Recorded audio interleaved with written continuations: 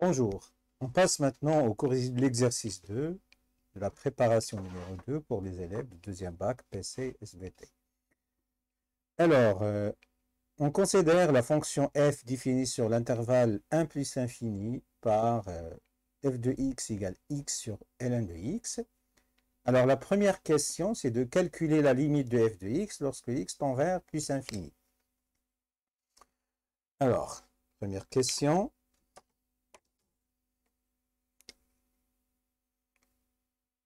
A. Calculant la limite de f de x lorsque x tend vers plus infini et la limite de f de x lorsque x tend vers 1 par valeur supérieure ou égale à, strictement supérieure à. Alors, on a la limite de f de x lorsque x tend vers plus infini, c'est égal à la limite lorsque x tend vers plus infini de x divisé par ln de x. Ceci est égal à quoi? C'est la limite lorsque x tend vers plus infini de 1 sur ln de x sur x. Alors, mais on sait que c'est une limite usuelle, cette quantité tend vers 0. Donc, il ne faut pas écrire ça. C'est 1 sur 0 plus, c'est ça? Qui est égal à plus infini. Mais il ne faut pas écrire ça à l'examen.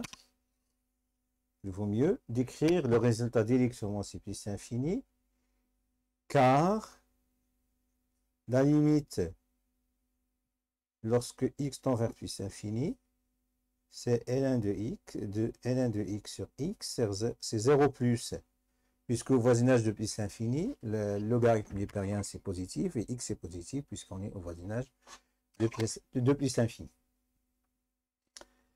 Alors, maintenant, on va passer à la limite, l'autre limite, en 1 plus. Alors, on a la limite lorsque x tend vers 1 plus, de f de x, c'est la limite lorsque x tend vers 1 plus de x sur ln de x. Alors, lorsqu'on remplace, ça va donner quoi? C'est 1 divisé par ln de 1, c'est 0. Donc, 1 par 0, ça donne plus l'infini. Donc, il faut utiliser le signe de dénominateur. Donc, mais il faut faire attention. Ici, on sait que ln de x, elle est négative entre 0 et 1 et positive entre 1 et plus infini. Mais nous, on est au voisinage de 0 par la droite. Donc, on est là. Donc, c'est ln de x est négatif. Donc, 1 sur 0 moins, ça donne moins l'infini. Car la limite de ln de x, lorsque x tend vers 1 plus, ça donne... Ah, pardon. On est à droite de 1. On est là. Donc, c'est plus infini. Donc, ça va donner... C'est 0 plus. C'est positif. D'accord? Maintenant, on va passer à la question B. Alors, dans la question B, on vous demande de calculer la limite de f de x sur x, puis interpréter le résultat géométriquement. Alors, la limite de f de x sur x, c'est quoi?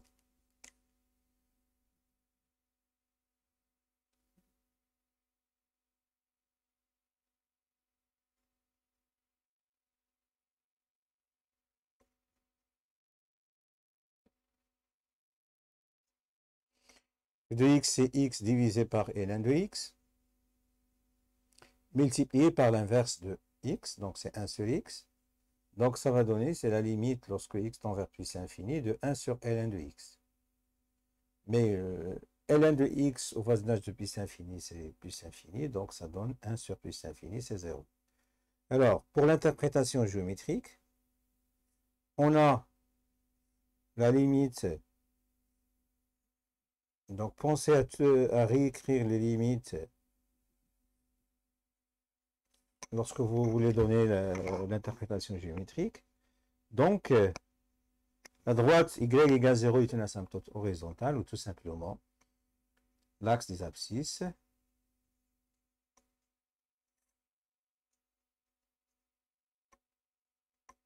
est une asymptote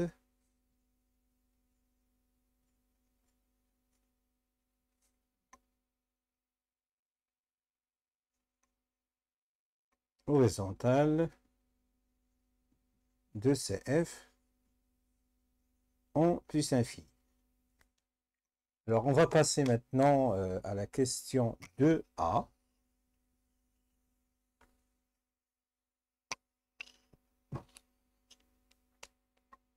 Alors, la question 2A, qu'est-ce qu'il dit? Donc, montrer que la dérivée,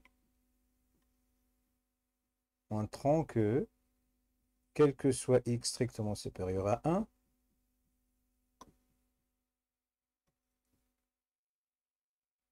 alors notez bien que ici, on ne vous demande pas de justifier la dérivabilité, mais la moindre des choses à dire lorsque vous calculez la dérivée, c'est de dire que f est dérivable sur l'intervalle donné ici.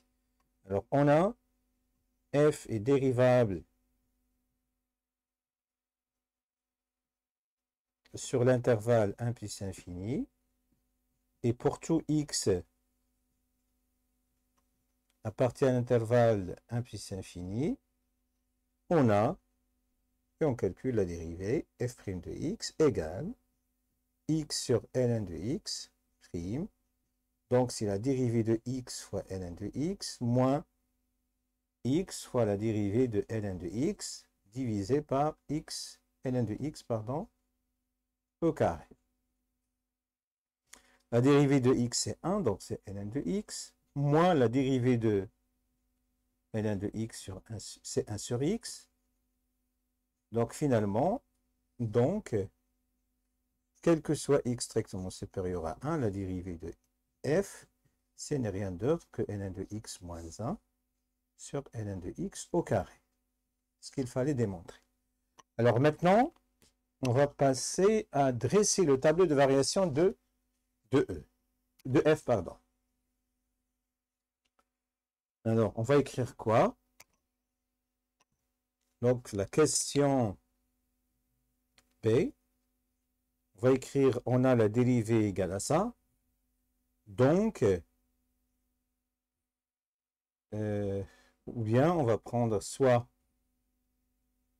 x strictement supérieur à 1, on a f' de x égale, or, ln de x au carré est strictement supérieur à 0, donc f' de x est du signe de ln de x moins 1. Maintenant, pour donner le signe de f' de x, il suffit de donner le signe de ln de x moins 1. Alors, on cherche quand est-ce que la dérivée est positive. Donc, la dérivée positive, c'est seulement si ln de x moins 1 est positive, puisque ils ont le même signe. Donc, ça va donner quoi? Ça va donner que ln de x est supérieur ou égal à 1. En résolvant cette équation, x supérieur ou égal à e à la puissance 1, c'est-à-dire e. Alors, il faut faire attention, par cette équivalence, on a montré quoi? On a montré que la dérivée est positive lorsque x est supérieur à e, et en même temps, on a montré que f' de x s'annule pour x égale e. Et bien sûr, on a P, si P est équivalent à Q, donc automatiquement P bar est équivalent à Q bar. On a montré que ça est équivalent à ça. Si on fait la négation de ça, ça veut dire que f' est négatif pour x strictement inférieur à e. Donc pas besoin de chercher quand est-ce la dérivée est négative. Donc on va écrire directement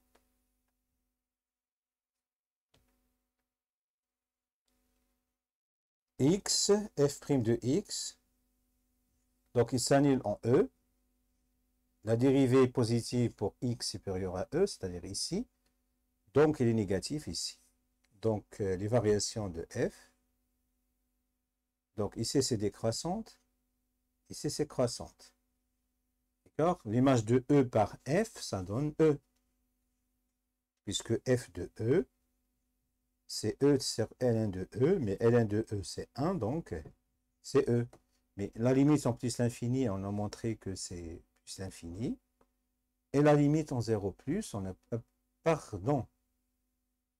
Donc ici, il faut commencer à partir de 1 au lieu de 0, puisque normalement, on vous donne le domaine de définition. C'est f, c'est comme c'est la restriction de la fonction qu'à chaque x, associé x sur ln de x sur 1 plus infini. Donc il faut travailler toujours sur 1 plus infini. Mais on a montré que limite en 1 plus, c'est plus infini. Voilà. C'est ça le tableau de variation de notre fonction. Alors, montrer que f réalise une bijection. Alors ici, c'est spécifiquement pour les élèves de bac sciences maths.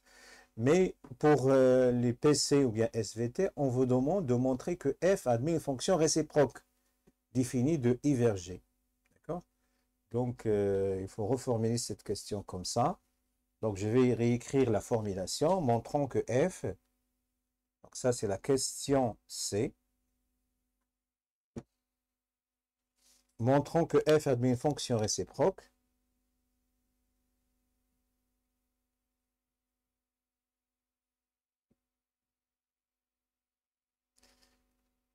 donc ici il faut prendre G la restriction de f, donc il faut faire attention de la question ici pour la reformuler pour les élèves de PC et SVT, il faut prendre soit G la restriction de f sur E plus infini.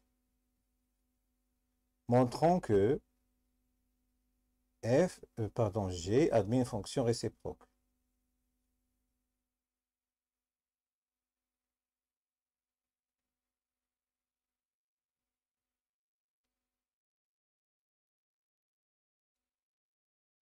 G-1 défini sur G à préciser. Donc, il faut formuler la question comme ça. Alors, maintenant, on va dire quoi? On a G est continu sur E plus infini, car les fonctions qu'à chaque x associé x et la fonction qu'à chaque x associé ln de x, les leçons sont continues. Et, quel que soit x appartient à E plus infini, ln de x ne s'annule pas. Il faut que la fonction au dénominateur ne s'annule pas. Donc ça, c'est la justification de la continuité de G. Donc, comme quotient de deux fonctions dont le dénominateur ne s'annule pas sur cet intervalle. Et G est strictement croissante sur E plus infini, car f l'est. Car f est strictement croissante sur E plus l'infini, puisque G c'est la restriction de f. Donc, G admet une fonction réciproque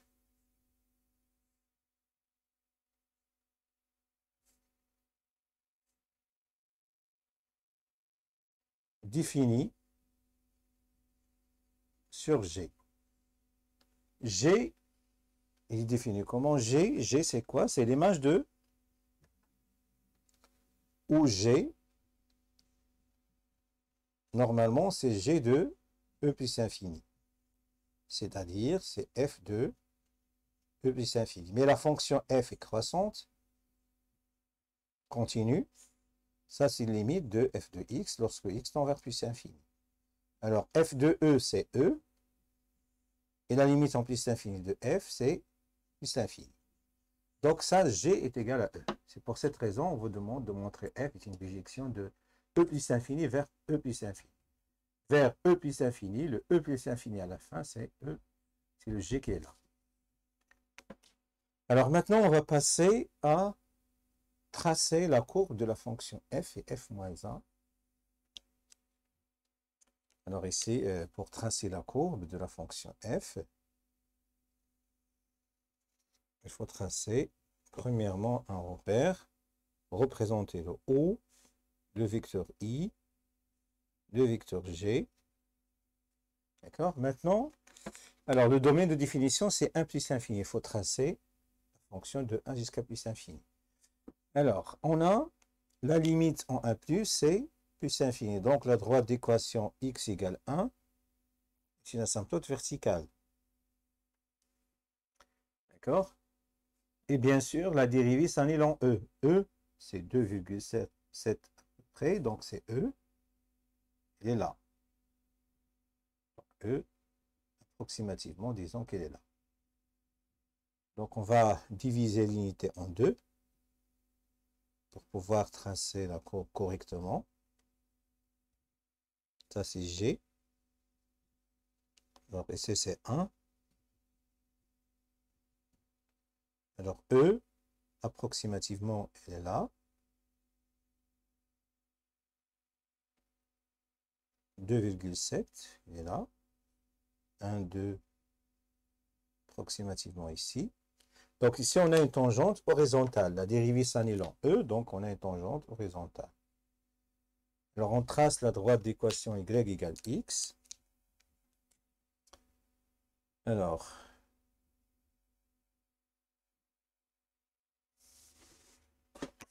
donc la droite d'équation y égale x, elle va diviser, donc c'est juste approximatif, elle va diviser ce demi-plan, ce quadriplé en deux. Alors ici, on a une tangente, une asymptote verticale, donc la courbe, la fonction, elle est déjà décroissante, donc la courbe vient d'ici. D'accord? Comme ça. Alors, on a une tangente ici, mais au voisinage de plus infini, la courbe, alors ici la fonction elle est comment? Elle est croissante. Et on a montré quoi? On a montré que la limite de f de x sur x est égale à 0. Donc au voisinage de plus l'infini, on a une asymptote. Donc il existe un point, point d'inflexion quelque part ici. Donc on a une asymptote, pardon, on a une branche parabolique de direction l'axe des abscisses. Donc il faut tracer la courbe approximativement comme ça. Il faut prendre des points, l'image de quelques points pour savoir par quel point elle passe. Alors maintenant, pour la fonction réciproque. Donc, la fonction réciproque, elle est définie de E, normalement comme fonction réciproque de la restriction de f sur cet intervalle. Alors, ça c'est la courbe de f. Donc, il faut tracer la courbe en imaginant que ceci n'existe pas. D'accord? Ici, vous avez une tangente horizontale qui est dirigée vers la droite. Donc, vous avez une demi-tangente verticale qui est dirigée vers le haut. Et bien sûr, vous avez une asymptote, vous avez une branche parabolique de direction l'axe des abscisses. Donc, ici, vous aurez une branche parabolique de direction l'axe des ordonnées, comme ça. D'accord? Donc, je vais tracer la courbe ici par une autre couleur.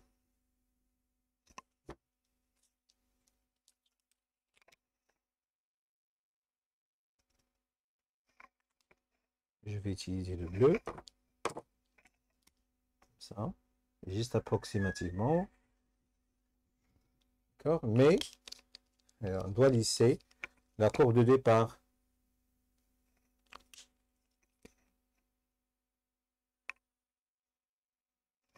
Voilà la courbe de notre fonction. Ça, c'est CF-1, c'est CG-1, ça c'est CF. Voilà. Maintenant, on va passer à la question suivante.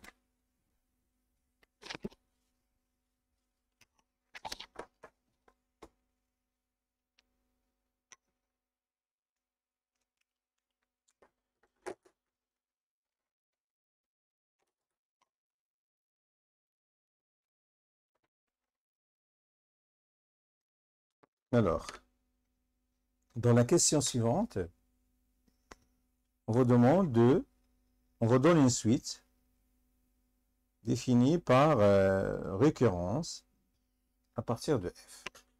Alors, on vous demande de vérifier que la dérivée de f est égale à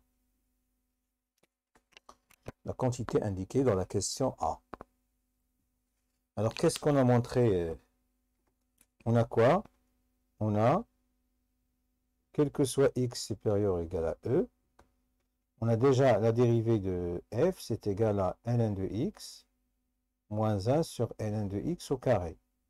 Nous, on cherche à montrer que la formule, la nouvelle formule, donc il faut juste prendre un e supérieur ou égal à, pardon, un x supérieur ou égal à e, et montrer que l'autre côté, c'est-à-dire, ici on veut montrer cette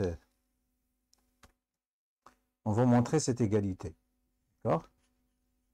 Donc il suffit de commencer par cette égalité de cette expression et montrer que c'est égal à f' de x.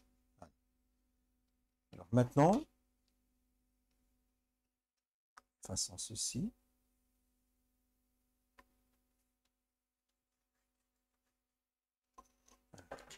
Alors, soit x supérieur ou égal à e, on a, alors 1 sur 4 moins 1 sur 4 facteur de 1 moins 2 ln de x au carré, ça va donner quoi? C'est 1 sur 4 moins 1 sur 4. On développe 1 moins 4 ln de x plus 4 ln de x au carré. Donc ça va donner 1 sur 4 moins 1 sur 4 plus 1 sur ln de x moins 1 sur ln de x au carré. Donc il reste quoi? On va développer ici, ça se simplifier.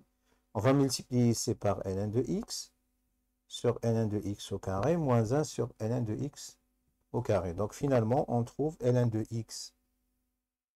Donc on trouve quoi? C'est ln de x moins 1 sur ln de x au carré. Vu l'expression de notre dérivée, c'est f' de x. Voilà ce qu'il fallait démontrer. Maintenant, on va passer à la question B.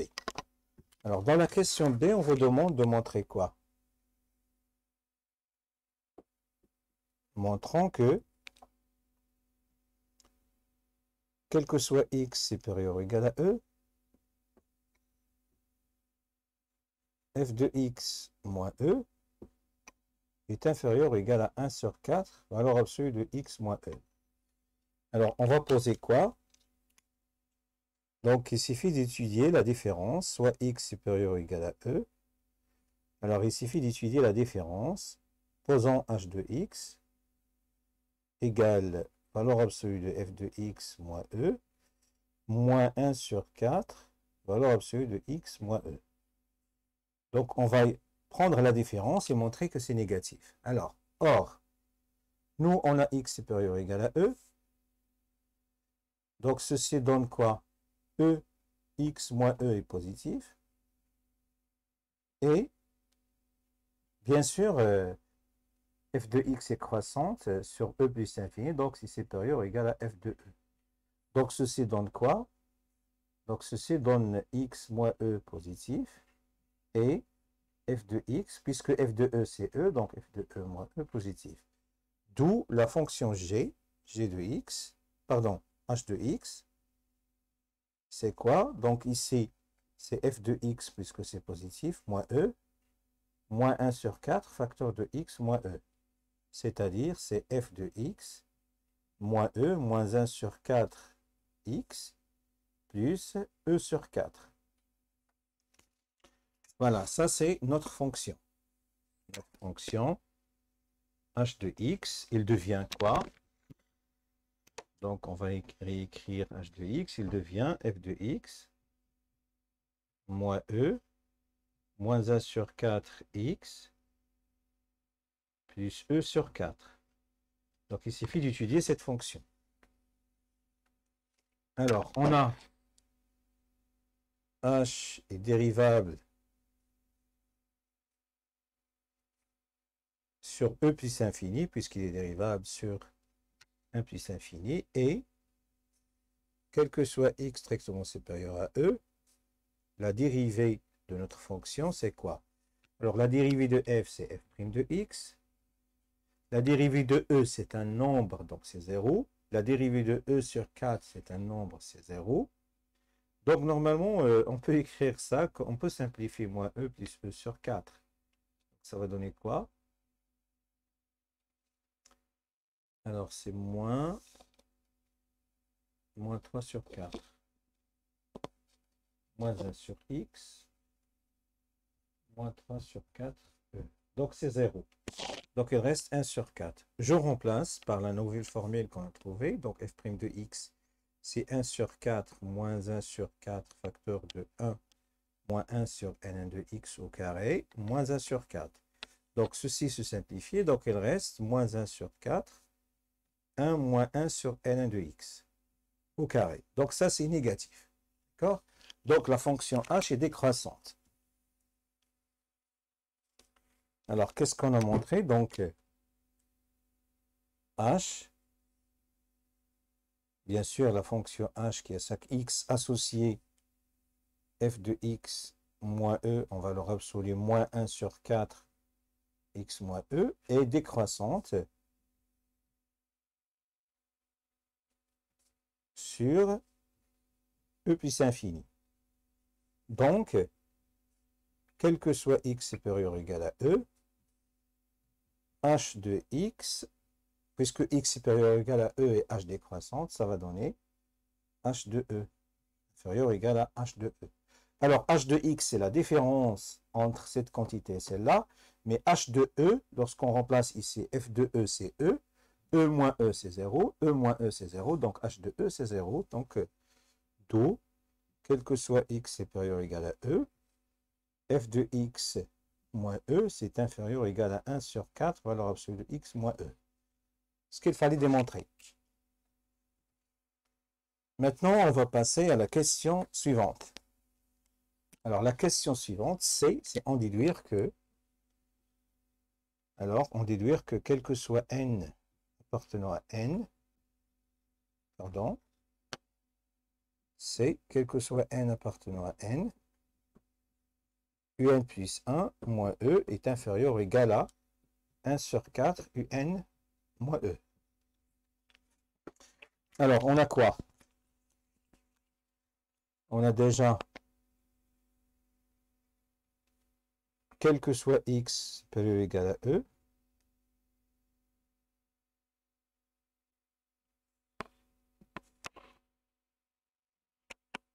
e, u de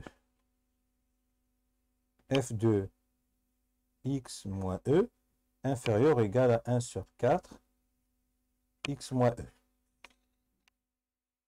Ah, donc ici, je vais remplacer x par un.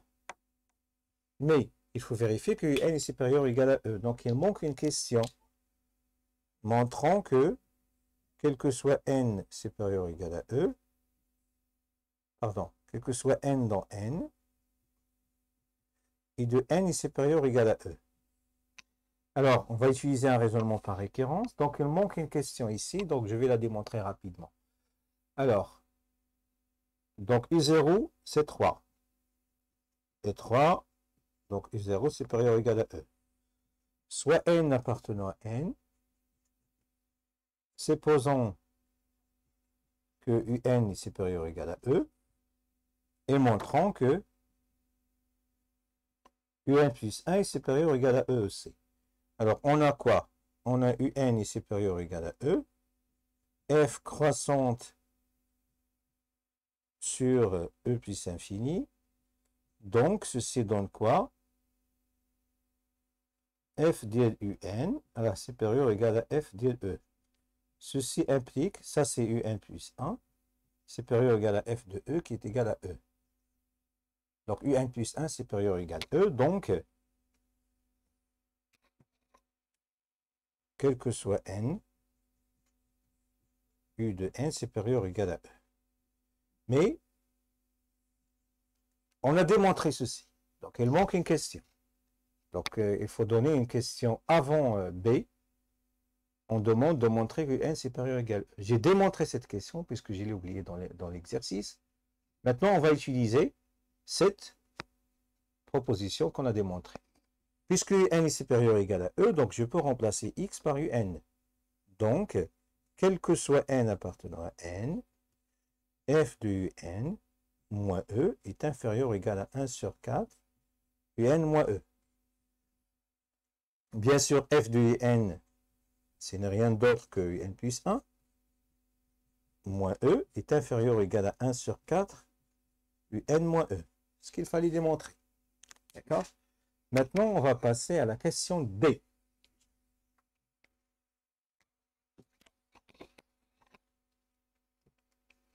Alors, la question D, montrant que, quel que soit n appartenant à n, un moins E est inférieur ou égal à 1 sur 4 à la puissance n. Par référence, pour n égale 0, on a U0 moins E. Calculatrice, on vérifie que c'est 1 inférieur ou égal à, ça c'est 3, ça c'est 2,7 Reben, donc il reste, ça c'est 1. Donc ceci c'est inférieur à ça, vrai. Soit n appartenant à n. Supposons que un moins E est inférieur ou égal à 1 sur 4 à la puissance n.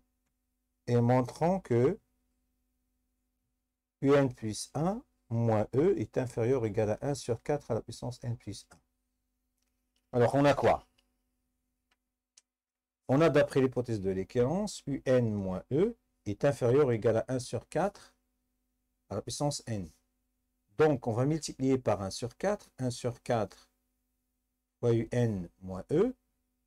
Donc, ici, je multiplie par 1 sur 4. Et je vais multiplier ici par 1 sur 4. 1 sur 4 ici. 1 sur 4 ici. Voilà. 1 sur 4 ici, ça va donner quoi? 1 sur 4 fois 1 sur 4 à la puissance n. Ça donne quoi? Ça donne 1 sur 4 à la puissance n plus 1. Mais on sait que, on sait que n plus 1 moins E est inférieur ou égal à 1 sur 2 fois un moins E. Alors, on a, pardon, 1 sur 4. On a cette quantité est inférieure à celle-là. Et cette quantité est inférieure à ça. Donc,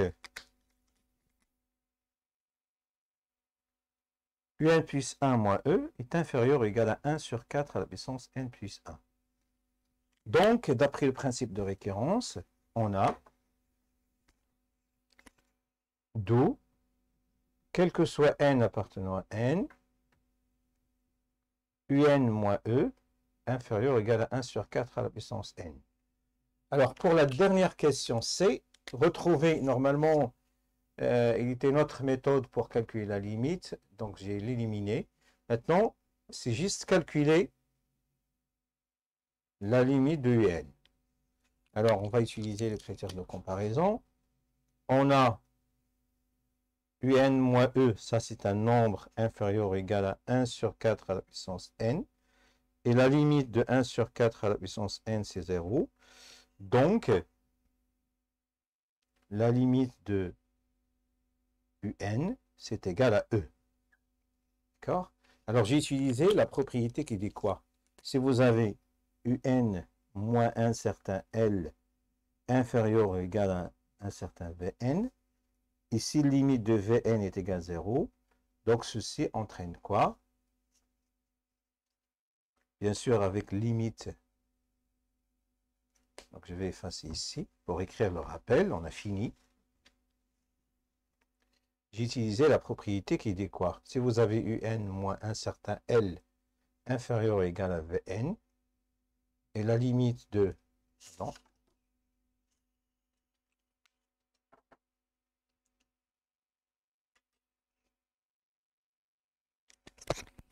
Alors, et la limite de Vn est égale à 0, donc la limite de n, c'est égal à n.